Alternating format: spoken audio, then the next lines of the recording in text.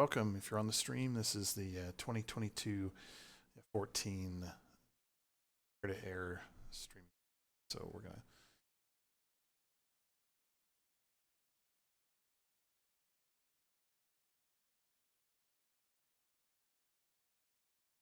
let me share my screen here. Let me know when you guys can see.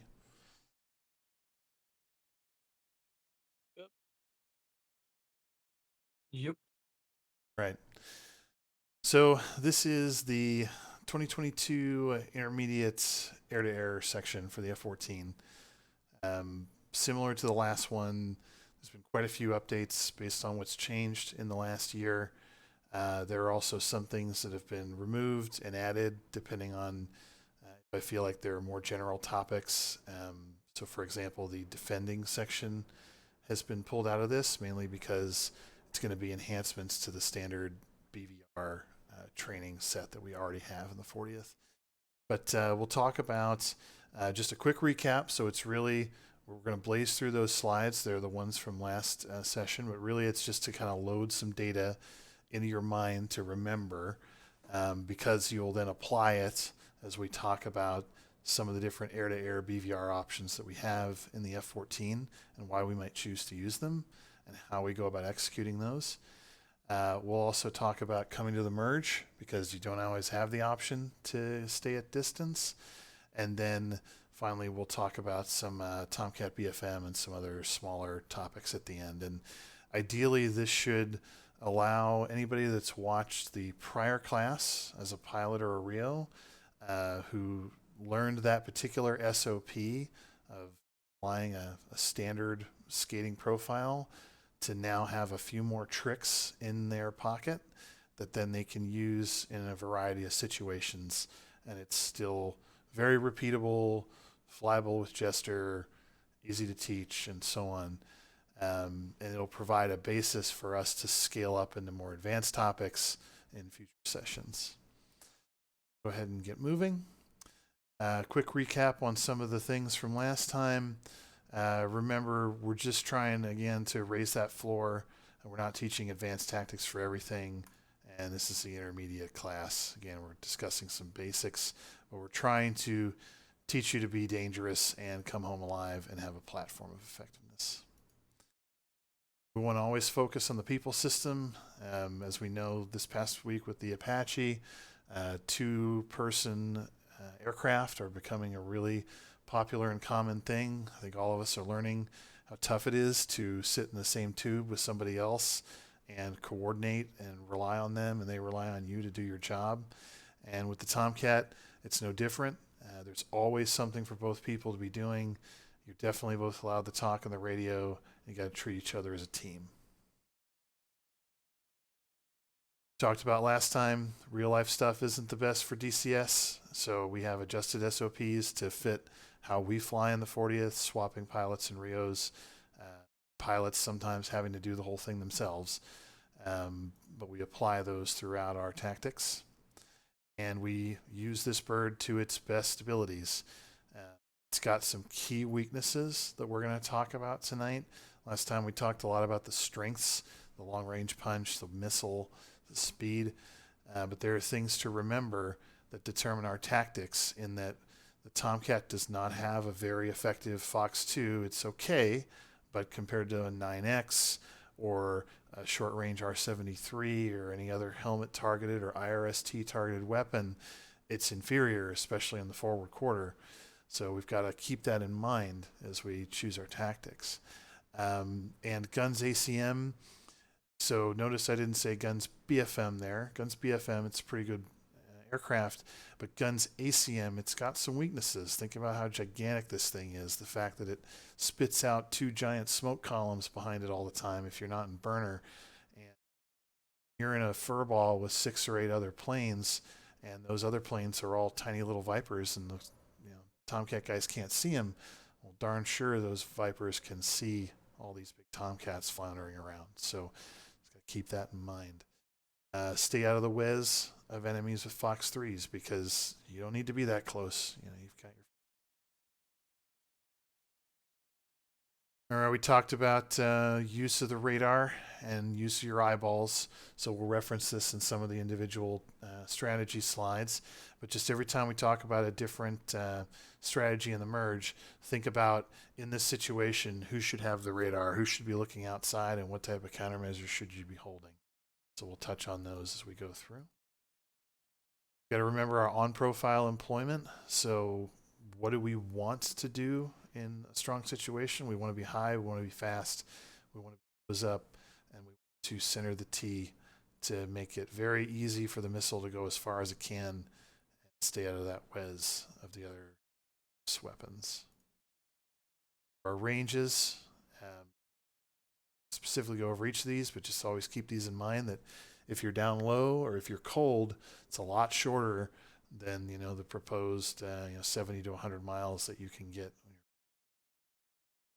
And for RIOs, things that are going to be utilized in every single set of tactic slides that we talk about tonight. Target size switch large, on the top left, really important because the large acquisition cone allows the missile to go pitbull earlier, which means you can leave the area sooner. You can distance. You're kind of like a boxer with a really long jab. You don't want to be in close. You want to be as far out as you can. You want to always remember to be IFFing, and Twiz Auto is your friend. It's going to make a lot of your sorting and employment of weapons easier. And it's all these three are applicable in each of the tactics we're going to talk about. All of these are flyable with Jester very easily. I use them all the time. And whether you have Jester or not, the 40th relies on us to do the job of wide area cap. When 14s aren't effective, everybody suffers. And so it's really important that we know how to follow and fly the SOPs, whether we got teams of 2 or 4 guys that are single seat, whatever we have in the F-14, we can make SOPs.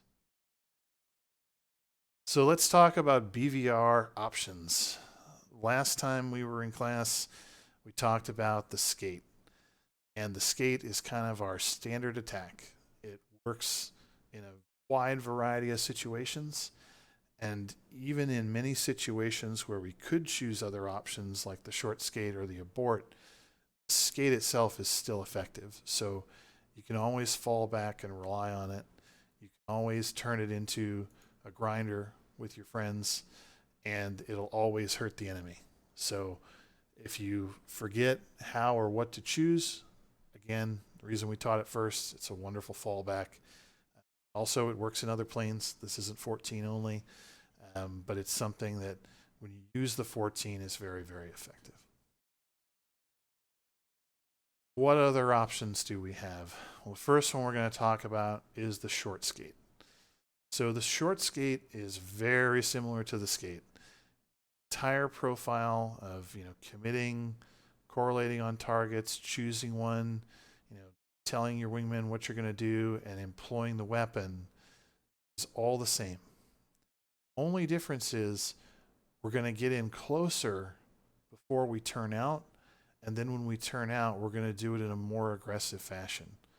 Well, why might we do this? Well, there are many times where you're fighting against something that is not a threat to you or is not turned directly hot to you. So let's talk about both of those options. Think about the Su-25T on Hogget, Persian Gulf. Can't really fire back at any sort of reasonable range. But what can it do? Well, it can turn all sorts of circles in the sky. It has tons of countermeasures. It's fairly easy to notch because it's already slow. So we might choose to use a short skate against that so we can get closer, which means our weapon has less time to be decoyed. And if we fly a short skate a little bit under the Su-25T, it can't notch us either. So to guarantee a one-shot, one-kill situation, we might choose a short skate. Now, of course, when you get down to the minimum abort range, this is the range at which their weapon can certainly impact you, not just threaten you, but it's the no escape zone of the enemy's weapon. So against R-73, that might be about 3 or 4 miles. Against a 120, that might be 8 miles nose to nose with an enemy Viper. That's your minimum abort range. And when you leave, so you fire, you support that weapon with your radar all the way into the target, and you get to this minimum abort range, you can't just casually skate out and save your airspeed, save your altitude. No, you need to make sure you do not cross this line, and because you're so close to it, you got to get the hell out of there. So hard split S's, burners, lots of countermeasures. You really want to escape quickly such that you don't stay in that range. It's good for targets that are threatening but aren't hot to you. So let's say you're going after a MiG-31 that's flowing north to south. You're coming from the west. Your buddies are to the south. Well, the 31 can't instantly turn towards you and shoot, so you might press in closer for a short skate, again, to guarantee that hit, to close the distance, to get his attention, variety of different things. Now, of course, it's risky against Fox 3 bandits. Typically, the enemies we fight that have longer minimum abort range are aircraft with R-77s, AMRAAMs, Phoenixes, things like that, SD-10s. So there's a risk there. And the benefit you're trying to get for taking that risk is to support your missile for longer. You guide that weapon. So that's the short skate. Any quick questions on how this is performed?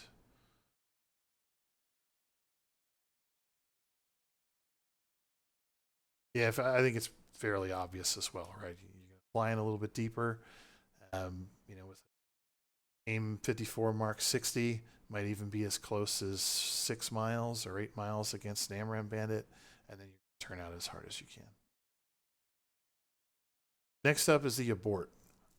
So the abort is kind of what it sounds like. You are taking an attack that you made, and you're saying, I can't stay with this. I need to leave. Now, in a Viper, for example, this isn't that bad of an idea because the 120C has INS guidance and it goes pitbull on its own. It'll try to fly to where it thinks the bandit used to be, turns your radar off and left, and it'll still attempt to make a kill. And a Tomcat and abort's a bit of a tougher decision because if you aren't actively guiding the weapon, it will not go pitbull on its own.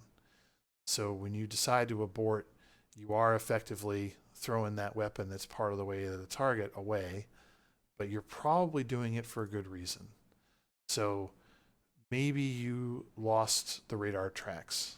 So as a RIO, you guys are flying in, you're intending to do a normal skate attack, you shoot, and put 3 missiles out there, and all of a sudden you just see the radar tracks merge together and you see a bunch of X's on your TID. Well, that means the AUG-9 either got countermeasured, jammed, maybe the bandits all kind of cut left and right across each other, and the AUG couldn't figure it out which track associated with which enemy. But in the end, you're not able to make your missiles go pitbull. So why would you keep closing distance to the enemy? Just turn around and leave. You're going to have a wingman in that grinder that can come back and take a second shot. There's no point in you trying to say, oh, I'm going to try and make these count. You've already tossed them out. Maybe it's a recall order. Somebody said, hold your fire, that's a friendly. Okay, fine, let's abort, let's get out of there. Could be that a missile went pitbull on you. Sometimes you commit in and the other aircraft fired a lot earlier and you start getting pitbull nails off your nose and you haven't made your own weapons go active yet, so you got to leave. Typically when you perform this, it's kind of like the short skate, high performance, burners on, countermeasures out, split S, maybe put a little 4.8 drag in there. But you are actively defending, trying to get the hell out, and also trying to get to a position where your friendlies can support you. So when you choose a vector on your abort, try and make it in a direction that your wingman or other cap assets, or it could even be your own Aegis cruiser that can shoot at it, put it in a direction where someone can help you so that you're not having to go this alone. Because obviously in a board, if you're by yourself and you're not going to support, first thing the enemy is going to think is, ooh, I'm going to press this guy now. He's got his butt towards me. I'm going to close distance. So board, it's definitely something that when you need to do it, you got to execute fast, but it's not something to be taken lightly because it does put you in a position where you're running away rather than kind of effectively repositioning like with skate just into it. Questions on the abort? Nope. The next one, the bonsai. I think this is the fun one that we all probably wanted to do after watching Top Gun. That, man, I want to go and get on this 6 and kill this guy up close and shoot him with a Fox 2. It's super sexy. I will not deny it feels super sexy to go and do a bonsai, and it's tempting a lot because you get to go secure this kill of maybe a guy who's evaded your Phoenix. But there are some smart reasons to do a bonsai. It's not just a balls before brains activity. What happens if a bandit aborts? So if we go back and think about our abort, right? We left the area and we abandoned our missile because of something. But if you're on the opposite side of the equation, well, okay, if the bandit goes cold and you know that he doesn't have a missile on you, you didn't see a missile trail, you've got no nails, you're just trying to force him and keep him defensive. So you do that.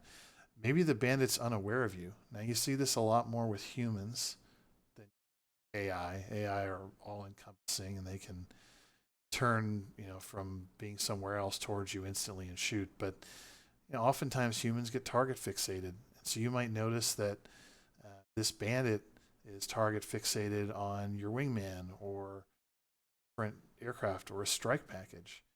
And frankly, defending the strike package is more important than the life of your own Tomcat. So, time to bonsai.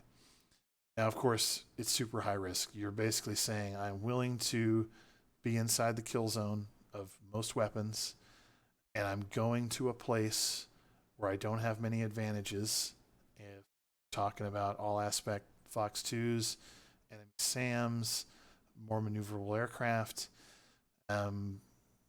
but, sometimes you don't have a choice, right? Maybe your Winchester. All you've got is sidewinders, you don't way, or maybe it's an aircraft that doesn't handle the merge very well, like a Foxbat or a Foxhound. So there are some good decisions, but one reason it's really important to call the bonsai out here is when you make the decision to bonsai, darn well better tell anybody who's in a grinder or supporting you that this is what you're doing. Because it's not only the enemy's weapons now that you're getting into the employment range of, it's everybody behind you in the grinder who is shooting missiles on their skates into this engagement. Because their missiles can go pitbull on you because you're going to be the closest thing that's now in the vicinity of this track. A lot to think about with a bonsai. And definitely, if you're going to do one, call it out, because a RIO who already has a missile coming into this engagement can turn his radar away, waste the track, and allow you to merge safely, support you in a different way. Questions on the bonsai?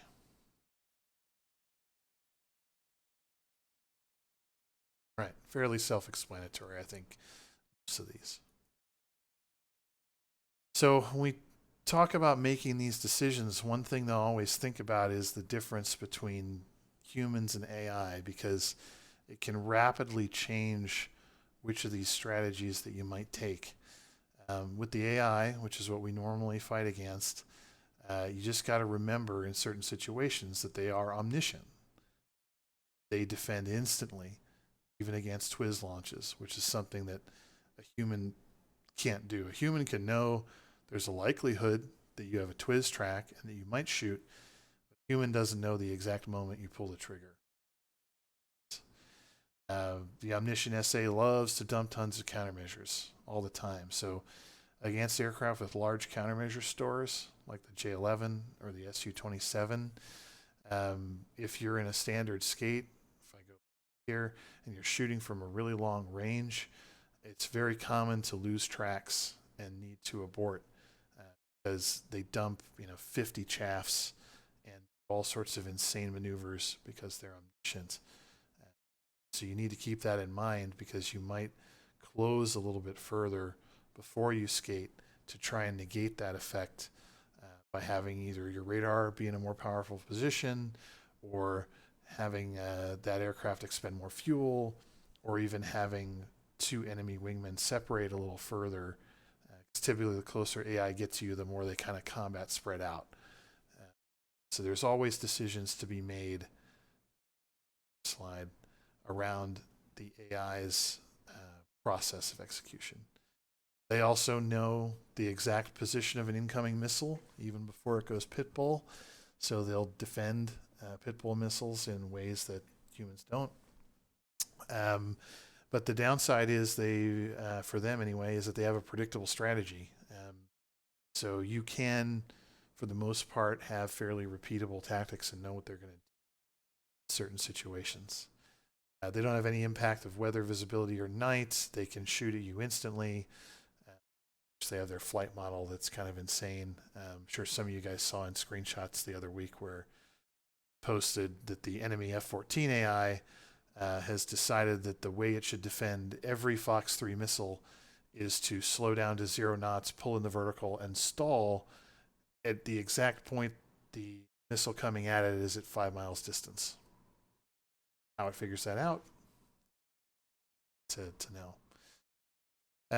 With humans, again, brain SA, humans take preventative measures. So talking about what tactic you use, let's say you're on the Growling Sidewinder server and you see some F-15 behind the front lines at 60,000 feet just flying in a straight line.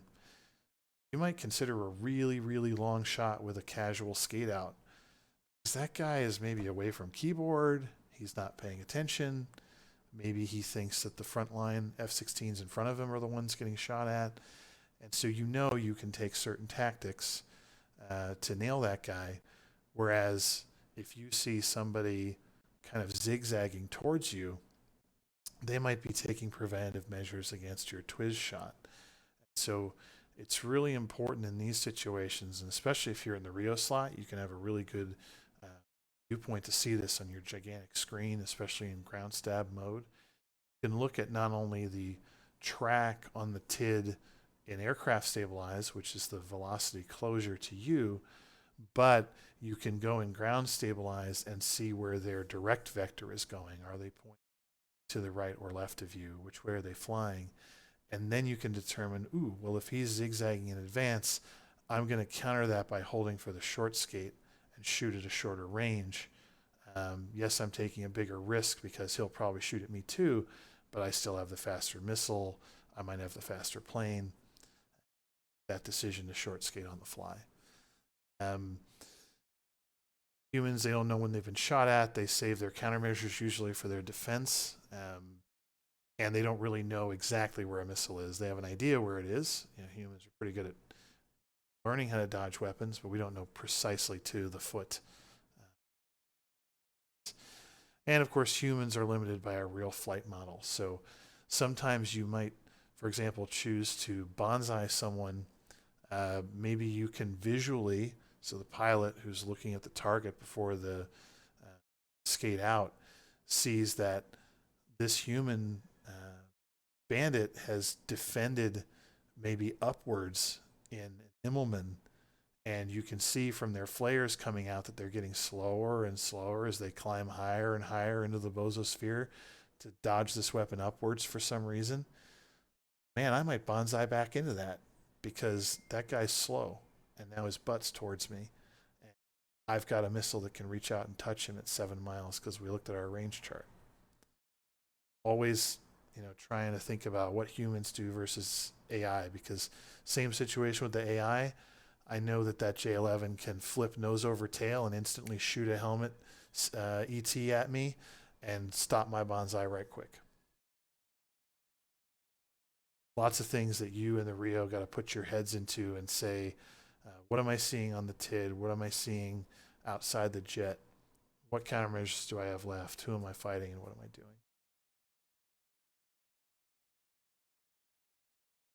Some other nuances to consider are some of the differences in the weapons. So what I wanted to do, and this has changed a lot in the last year, is talk about some of the key features of commonly used weapons in DCS. So we've got the 120, the SD-10, the AIM-54 Mark 60, and the AIM-54C. Each of them have the same API, but they have different features enabled. Some of these are limited by the fact that a development team hasn't finished implementing the feature yet. Others are finished and just done in a certain realistic way. So we start from the top. Mid-course guidance was something that was updated, third, fourth quarter last year. And what it means is that before the missile goes pit bull, if the target changes direction, your own radar tells your missile where to go and it will steer before it goes pit bull. Now, if you've been flying Vipers a lot or Hornets forever, you'll say, yeah, sure, doesn't every missile do that? I mean, every missile I've shot for 3 years has done that. Well, you're right. But the AIM-54, as of last summer, when they changed blur missile code to the 120 API, lost that functionality. So, what does that mean? Well, when you fire a 54, it makes one steering correction towards where the track at that moment says it's going, and then it flies an arc to that place and doesn't really steer meaningfully again until it goes active. So if you are defending a 54, no one's coming, just turn 90 degrees to it and fly outside of that area where it's going to arrive. That's a useless weapon.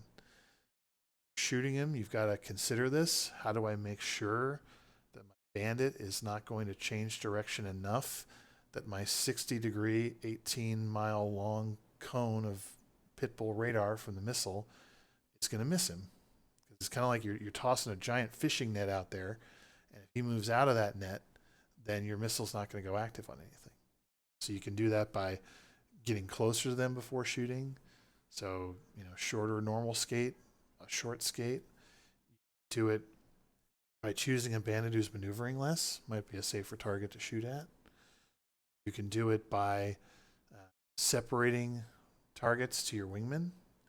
So a target might be changing aspect to you a lot, but if your wingman is 45 degrees off to your left, it might not be that big of a difference to him. Again, RIOs, when you're looking at your ground stab, you can determine some of these things based on the track, the distance, where your friends are, and so on. It's interesting how just one little missile feature can totally change the tactic you're going to use. At the moment, the 54C is also affected by this. So neither the Mark 60 nor the 54C turn properly in mid-course guidance. They do with STT, but not with TWIS at the moment. The next one is INS guidance. So this is one of the awesome features that came to the 120C late last year. It means that if you're in the mid-course phase, so pre-pit bull, and the ship firing the weapon loses radar track, the missile says, well, hey, I had a pretty good idea where that guy was heading towards anyway, so I'm just going to go there. You don't need to tell me where to go. I'm just going to guess. And it will steer itself even though it's not pit bull. Now, that feature was originally in real life launched on the AIM-54C. It will eventually be on the AIM-54C, but Iron Mike says not this year. So we don't have it yet, but it will be there eventually on the 54C. Chaff Resistance, this is always the big one that's been there since day one with the AIM-54, where people say, oh yeah, I should carry the AIM-54C because it's got chaff resistance. Well, what does it really mean? The way it's implemented on the 120 and on the 54 is that every chaff bundle that comes out of the back of the enemy, there's a 20% chance that the missile will not it will reject that bundle in terms of the total math it's doing to see if it seeks or not. Now, chaff from AI, we're talking strictly about AI here because humans are totally different how it's implemented. But for AI, chaff is only a dice roll. It doesn't matter if they're knots to you or not. It doesn't matter if they're hot to you, cold to you, whatever. All it is that every bundle that comes out is a, let's just say, like 4 to 8% chance that your missile is no longer allowed to guide. Well, when the AI dumps 30 chaff every time it defends, frankly, it doesn't matter if there's a 20% resistance, because after about that 8th or 10th chaff that comes out, your missile's screwed anyway. So it's not a major feature that matters when you're fighting AI. It's a big reason I don't recommend C model AIM-54. Within, if it's the 12th chaff that takes out the C model, AI usually dumps 20 or 30, so eventually it would get C regardless. The final feature that's kind of more important against players is the smokeless feature. So AIM-120, it's a smokeless weapon, so that way when you're shot at, you don't have any idea where that missile is coming from once it leaves the plane it was on, and you can't see it snaking through the air. Phoenix, an SD-10, R-27ET, so on. That is a really valid thing against humans. Some rare scenarios, if you have like low-level canyon furballs, like on the Caucasus and Growling Sidewinder, having C-model AIM-54s can be somewhat interesting because it's kind of like having a suppressor on a sniper rifle. It doesn't really know where the shot's coming from. Now, again, you give up a significant amount of range to have that capability. So your longest punch goes from about 70 miles against the fighter down to about 35, and cold range goes from 6 miles down to about 2. And the weirdest thing is, on the deck against a cold bandit, a Sidewinder 9M actually goes further than an AIM-54C in terms of range to target when you pull the trigger. Why is that? It's because the Sidewinder has less drag. It is a thin, narrow body. It's the same reason the 120C has a longer range in the cold aspect. It's got a very thin aerodynamic body rather than the 54, which is biggest rocket possible with a lifting body. So the 54, when you shoot it up high, it basically parabolically flies into space, and then it glides using its big fat underbody very far, and that's how it gets its range. So main huge difference in modern weapons is weapon manufacturers realizing that as strike fighters become more of a thing than strategic bombers, and fights happen with EW at shorter range and people are more maneuverable, it drove design decisions toward more of what we see with the SD-10. So when you think about all these things in terms of tactics, it can really change. Should I go bonsai or not? Well, having a smokeless weapon, but it's shorter range, I mean, maybe you have to. The guy's not paying attention to you, maybe that helps him ignore you even longer, so you can sneak up on him and kill him with a C model. But again, these are all points that you can use to decide from your tactics list situation. Again, all comes down to choices. We talked about, again, the top left, our standard skate out that we turn into a grinder. We've talked about the other tactics. Now, of course, all these can be used in grinders. I don't want to, just because of the drawing here, I don't want you to think that you can't abort into a grinder. Of course you can. Bonsai in a grinder, that's kind of a reason why we talked earlier. If you're going to bonsai, make sure you let somebody know, because since we're talking F-14s, that next guy who's coming up to do his skate employment is going to toss a weapon that shows up at this target with an 18-mile long 60-degree cone, and you will be inside of it. This guy. So just things to think about. It's different choices. All right, so what happens if things go wrong and we're forced to merge, or we choose to bonsai and we need to merge? The Tomcat does have a few key things to think about when you're coming to the merge. Now, a merge can happen because, again, you have like a pop-up bandit that comes up behind you. So that's this like arrow from the left. Maybe it's a new bandit that wasn't a part of your initial attack on this group up here. Maybe they came up under you. Maybe they are faster than you are. So think about MiG-31s. You're not really going to abort and run away from a MiG-31. He's got an extra mock on you. There's a lot of reasons you can make a mistake. You can bending a fixed point so you can't actually leave, and you're forced to merge. So let's go back to our lesson 1 when we were talking about division of duties. When we're in BVR, we have this period where the pilot's eyeballs are out because he's looking at the target, watching for weapons. He's talking to his flight buddies. He's hanging on to his chaff. So we're talking about who has what countermeasure. He's got his chaff because he's the person in the best position to employ that chaff when he's in the notch. RIO doesn't know the spatial orientations of the missile because the RIO's eyes down, looking at Twiz, looking at ground stab, strategic situation. He has a different focus, so you give the pilot the chaff. But eventually we need to transfer into WVR combat, which has a different set of requirements.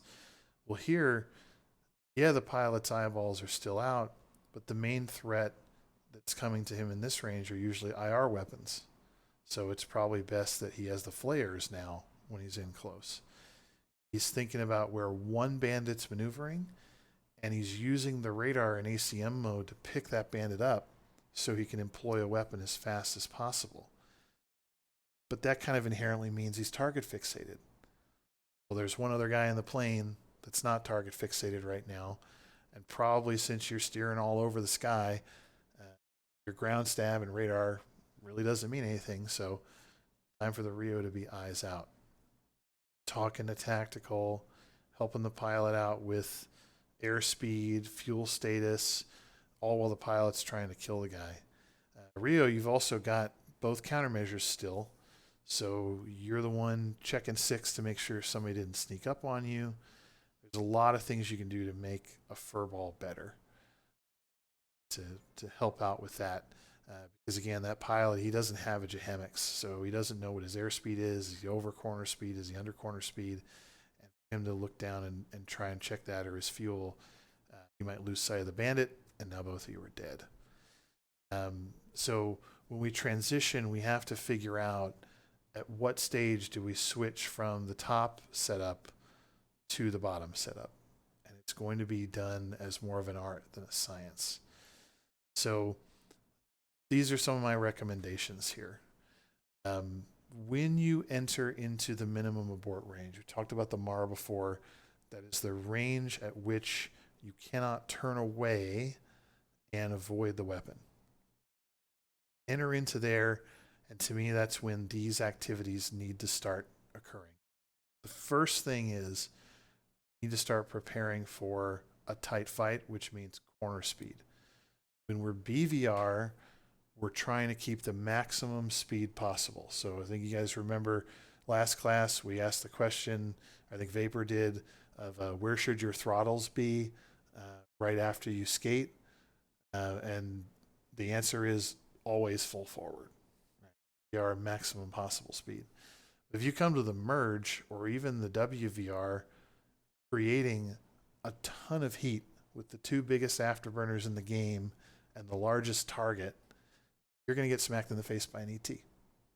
You got to start cooling the jets. So what do we do to cool the jets? Well, we need to get the speed down, get into thicker air to cool stuff off. So we dive and go to idle.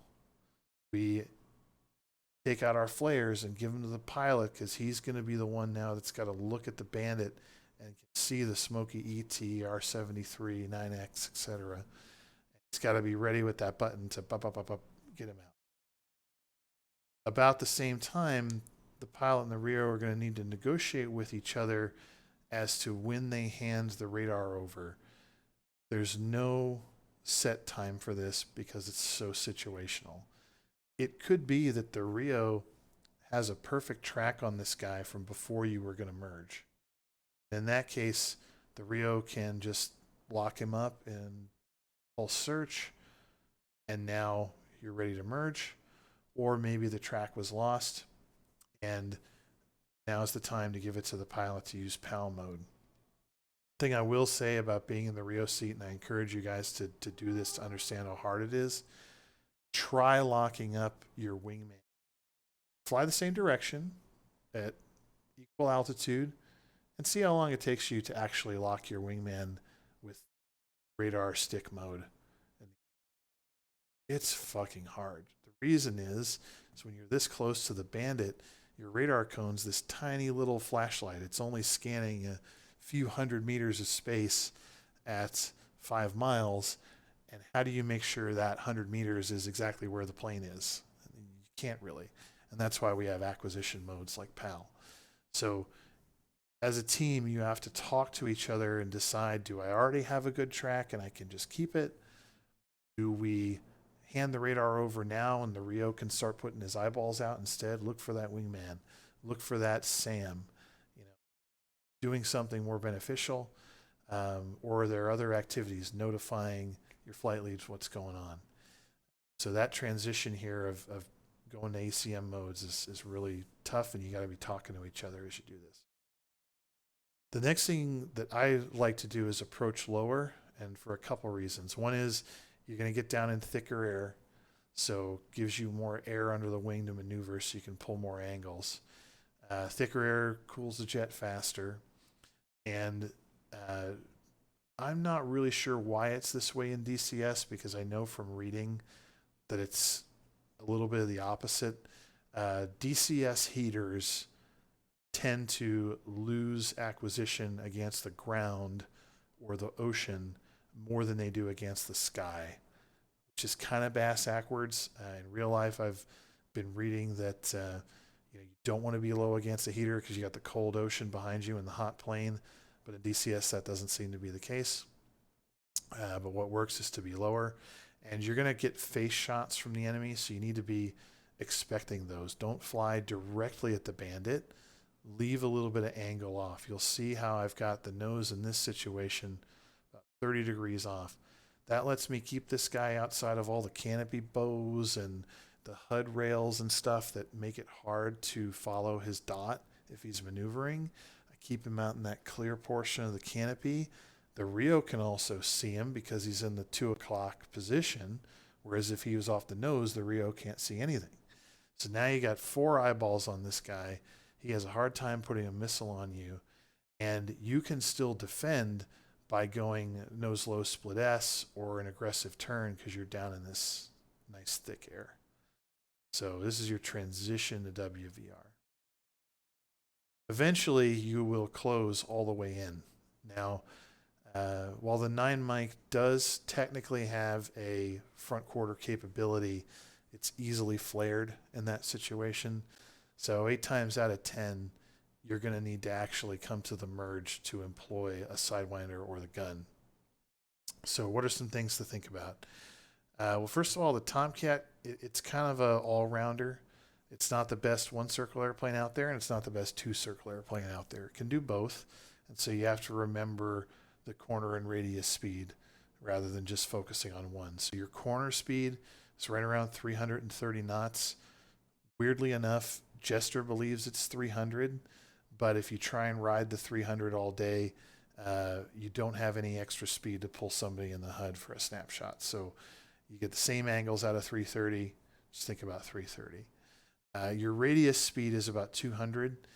Any slower than that, and the aircraft starts to mush, it becomes really tough to reverse direction.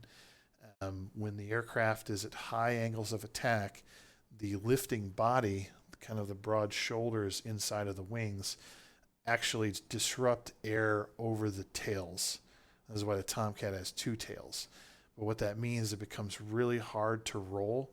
Your rudders will be less effective, and the Tomcat really needs those rudders to actually roll. So again, try and stay just over 200 if you can circle. You also need to be easy on the stick. It's just like a World War II plane that's analog. It's got, vacuum operated leading edge slats, and it bucks and shakes and moves around. And over time, as you fly it more, you're going to get to learn how much rattling and shaking is just fine and how much is too much. But typically, if we just look on this screen down here to the AOA gauge, try at max to stay about 15 to 18 degrees AOA. More than that, you're just going to start buffeting and you'll have a really strong stick shaking sound and plane shaking sound. And you'll have to ease off to about 15. You can see it's actually marked on the bar at that level, so it's easy. 200 knots, 15 degrees AOA, circle fight. And you steer with your feet the slower you go. So the F-14 doesn't have ailerons like a traditional fighter. It uses the elevators as ailerons, but also it uses spoilers, and spoilers are significantly less effective at low speed. So as you get under about 200 knots, the fastest way to roll the airplane is actually with your feet. So you pull back on the stick and use your feet to turn the aircraft in the roll axis. Now with the RIO, you actually have, again, really important job in BFM. You're the only guy in the jet that has any idea what's going on outside of the fight with this one target. So monitoring the TID from time to time is super valuable. Are you fighting this one guy and 3 more are sneaking up? Or are you fighting this one guy and there's a couple friendlies coming that maybe don't know you're merged, so you need to start talking to them? You're the only one that can establish any sort of SA. And you also have the rear aspect SA. Got all the countermeasures and help out the performance of the plane, calling out the airspeed, fuel state, ditching fuel tanks, and also the TCS. Being able to switch the TCS between wide and narrow in a gunfight can be helpful, because if the bandit's maybe 1.25 miles away, he'll be very small to the pilot's eyeballs. But if you use TCS wide and narrow, you might be able to put the plane on camera, and now the pilot can react by looking at the VDI before he can see the maneuver of the bandit visually. So you have a lot of different tools to where you can still help out. You're not just, trying to keep an idea of your fuel state is really important too, because you're gulping down gas in BFM. Trying to get 100 miles home is tough sometimes. And then finally, BFM, just be ready for all aspect heaters. Really sucks. You're the hottest plane in the entire game, and a 9X will outmaneuver you every day. So just pump flares and pray. So don't allow yourself to get tagged by 9Xs. Jam the Wes, get close to the bandit like guns range. Try and drive towards the bandit 6, not necessarily point at him, so that he can't look out the top of his cockpit and toss a 9X across the circle. Just be ready for those aspect heaters. Any questions about coming to WVR and BFM?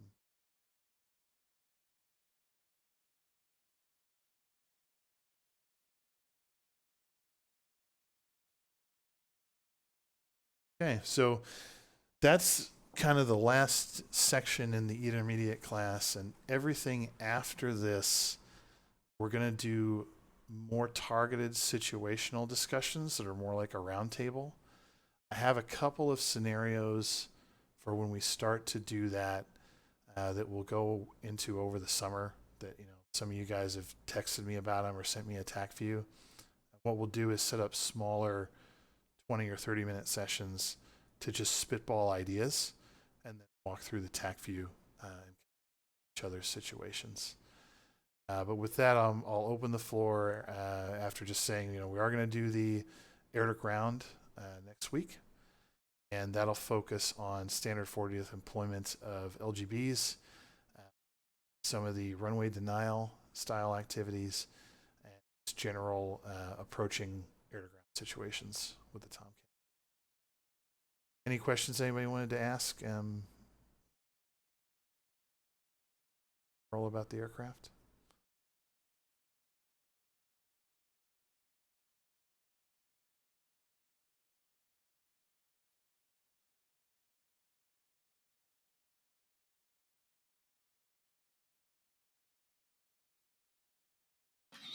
Yeah, I got one, Hammer. Shoot. For the current F-54,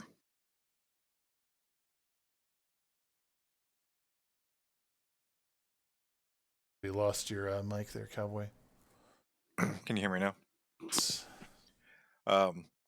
With the current 54 algorithms in DCS, what are you finding to be the best grinder profiles as far as altitude and spacing? It's a really good question. I think last year we had a lot of data that pointed to about 20 miles. I think that this year we should tighten it up just a tad to about 15. Main reason being that with jamming, much larger part of air-to-air in the last 4 or 5 months. It's implemented now on most aircraft. The Mirage jammer is now very strong. More aircraft have it in their default loadouts. I think that shooting closer to 35 to 30 miles is sometimes necessary to see shots that you don't have to abort. And yeah, that naturally means your support range is a lot shorter. So I'd say 35 and 15 are pretty good rules to ship support and shooting. I've got another question if nobody else has anything.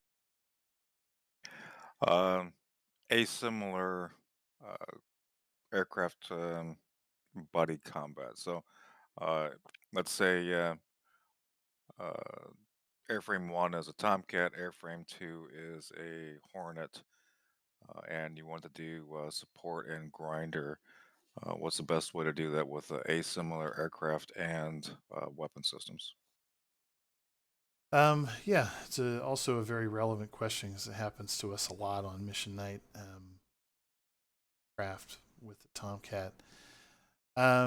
Typically, what I would say is, assuming that you have the choice of who gets to shoot first, letting the Tomcat shoot first is usually the right idea. But after that, we're in a situation where you don't get to choose the order, or the Hornet, for example, is committed first. You want to take the grinder distance down to the support range that the other aircraft can manage. So with a Hornet's speed and reach, it's about 8-ish miles. With a Viper, I'd say 10 to 12. Even though they fire the same weapon, one aircraft has more smash than the other does. So I would default your support range to what they're able to keep, mainly because when the two of you are maneuvering in burner, speeds will actually tend to average right around the Mach itself. So you want to kind of keep that oval evenly spaced. So yeah, I'd say default to the lower aircraft's capability. I have a question. Any situational advantages that to bringing a Sparrow versus a Phoenix? Yeah, yet another area that's significantly, I wouldn't say changed, but been shaken up a little bit. Probably 4 or 5 months, especially since the new motor for the. Used to be no. The answer used to be definitively no. But obviously, there are some situations, even in the past, where knew it was going to be a definite furball at close range with mixed targets that maybe ID or hogs and 21s everywhere. Maybe taking a Sparrow is an insurance policy is a good idea because at least when you shoot it, you can instantly break lock and cause it to be a dud. Effective. Now, with the new flight model, there are some interesting situations at low altitude, under 5,000 feet, where in a head-on situation, the Sparrow actually arrives at the target first. But you just got to realize you're giving up a pylon for that. It's in a situation that's short-ranged and low that you probably don't want to be in anyway as a Tomcat. So it's a really it's a big choice, I guess, to take it. But I would say like low, hot aspect, quick, get a Sparrow to arrive a little bit sooner because it accelerates faster. It's lighter weapon. And That's really it. the guidance of both of those are the same. Yeah, in close, your PK is going to be the same. Another situation where it can be worth taking more is when the rules of engagement are really restrictive. If it requires VID, the sort of range advantage you get from 54 is minimized anyway because you can't fire from 70 miles because you don't know what it is a lot of the time. So you end up not being able to file until you have camera on them pretty much, and at that time you're pretty close to the barrel range. So they're more useful relatively there as well. If you were VIDing stuff like that down under 10K, there's a possibility. I mean, in the end, the range limitations of the Sparrow are quite tight. What I will say is the guidance. Jester loses. Actually, I'm going to chop myself off right there. The AUG 9 loses locks less in Pulse STT mode today. Those two. So whether you're a human RIO or Jester, feel a lot more confident from 15 miles in that you're going to keep that lock, especially if he's not. So I did do a lot of testing with the Sparrow back in January after the 54 missile changes, and I was actually finding about a 60% PK rate from 15 miles at 20,000 feet, which is about double what it was this time last year. So it's not a bad weapon. I think that if you're in an 80s scenario that has only Sparrows available, I used to say the default was take 4 Sidewinder, 4 Sparrows, so at least you didn't have 2 more crappy Sparrows. Now I think there's a strong argument to say take 6 Sparrows. It's a significantly improved weapon. Mainly because the radar and its filtering is better, as the MLC filter code was changed in December. How about Sparrow versus Phoenix for WVR, but low altitude? Every aspect but cold, I would always take the Phoenix because you can turn away. This is the one weird scenario that the Sparrow outranges the Phoenix effectively, and it's because the Sparrow is slightly faster. It accelerates more quickly, and so it has a higher average speed over 4 miles than 60 does on the deck. So if you are chasing a flanker that's in burner and you're 3-4 miles away, slightly higher chance that a Sparrow will reach out and catch him than a Phoenix would. Now that said, the Sidewinder is only going to have a distance about a quarter mile shorter than that. So there would be an argument still to say that 4 Sidewinders, 4 Phoenix might be a better load scenario than Sparrows in the wings, but personal preference, I guess, there. Another thing I wanted. Dry. Oh, sorry, Double. Another thing I wanted to back up about transitions is that, particularly when you're in the back seat, you're through, all the intercept, your head's down.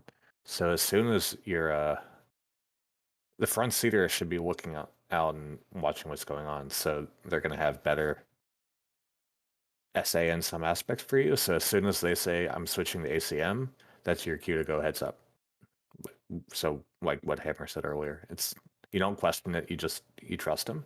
Go heads up, switch modes, and then start your scan. I think that's a good rule of thumb. It also helps when you're in the back seat. Oftentimes, when you switch from that heads down to head up position, it can be a little disorienting at times because it's not always a perfect translation from 2 o'clock on your aircraft stab to 2 o'clock with your eyeballs.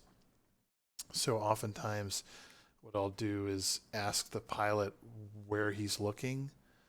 And if he says, I'm looking, bandit is 2 o'clock high, I will begin looking everywhere except there because he already sees what's there. I need to find whatever he missed. Look in that area instead. It's especially fun when you go heads up and you're inverted over the ocean and you don't know which blue is which.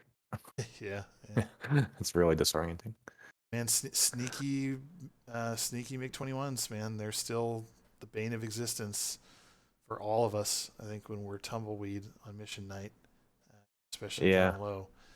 When you're in the back seat, resist the urge to watch what you're attacking. Keep on scanning your recorder.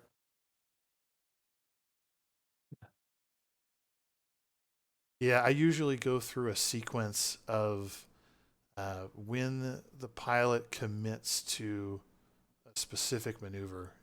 Usually in BFM, either you're in a 2-circle that's mostly stable, so you're spinning around a circle, but you're not really rolling the plane terribly much, except to continue forcing that 2-circle fight. That gives you more time to look out. But if you're in a 1-circle where you're rolling the plane 180 degrees and pulling, merging again, rolling 180 the other way, what I do is while the pilot's rolling the plane, I look down at the dash and get all of the information that he doesn't know because I can't see anything outside the plane anyway. It's just too disorienting. So take that time to get the airspeed. Vapor, you're 220 knots, 5,000 pounds of gas. And then as he gets the plane committed to the next 1-circle pull, then I put my head back out again because the plane's not rolling again. And there's 2 places you check, right? Standard BFM rules. These rules I usually tell people when I say, if you lose sight of the bandit, where do you look? But when you're looking for new bandits trying to kill you, it's the same spots. Across the circle, high 6. First 2 spots, always. So when you do your check and start putting your eyeballs out, first look straight up across the circle, and chances are you're going to briefly see the bandit you're fighting if you're in a 1-circle or a 2-circle. But then you'll take your eyes, and I usually turn back and to the right because it's just better with my neck. But then you look up, and then you look down back and to your right, and you catch the high 6. And that'll typically be where anything that's pulling for a shot tends to end up. If they're under your belly, you're kind of screwed anyway. And it is rare for an opponent to come at you from plan form, which means from the angle your wing is pointing, because it's a very narrow profile to shoot. I'm not saying I don't look in those areas. Every once in a while you want to look down the wing and out the side just to make sure it's clear, but chances are somebody that's going to heater you is going to be high 6. One thing that Hammer hit upon a couple times here, for those that are mostly RIOs and not pilots, speaking as a pilot, I will tell you, when you do the WVR and use RIO, if you can give the pilot feedback on speeds, corner speeds, what's going on around him, that is a huge, huge help, because as Hammer is saying, the pilot at that point doesn't really have time to be looking down and trying to get all that information himself. So helping him out with speeds, helping him out with angles, and just giving him feedback as to what else is going on around, that's just a huge help to the pilot. Yeah, being on ground watch, That's another good one. Pilot can be, let's say, in a vertical scissors. So he's looking across the circle and you're going downhill. He's looking at the bandit in the horizon and he might not realize you just passed through 4,000 feet. And so you got to remind your pilot, hey man, watch the ground. Keep an eye out. Other thing, especially as a RIO, because again, it's a different seat, and so the angles and the way that the motion works out is a little bit different. So even if you come from a pilot background, sitting in that back seat, soon learn to interpret the cues from that different perspective. And one thing that is nice to know, and I can't say I'm an ace at doing this all the time, I wish I would remember, is that you should be thinking about what the escape vectors are. Oftentimes, your pilot, again, often happens in one circles. Let's say he stalls or loses control of the aircraft. Tomcat, this is a common thing because she likes to spin and lose the nose and things like that. So let's say you do lose control of the aircraft and you temporarily lose sight of the bandit. It's very helpful sometimes if the RIO has identified the direction that you should bug out, because then as the pilot's recovering from the spin, he can say, all right, man, let's just get moving 120. I'll check our 6. Well, that 120 could be, again, direction of friendlies, direction of home plate.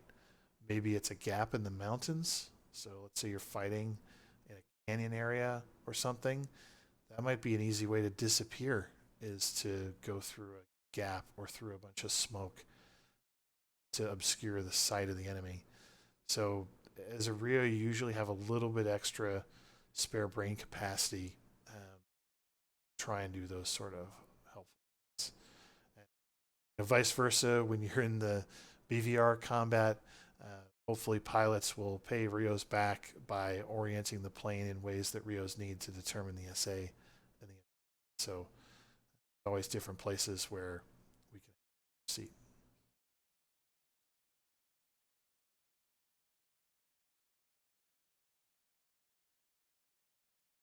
All right. Well, I think we've covered an hour and a little bit here.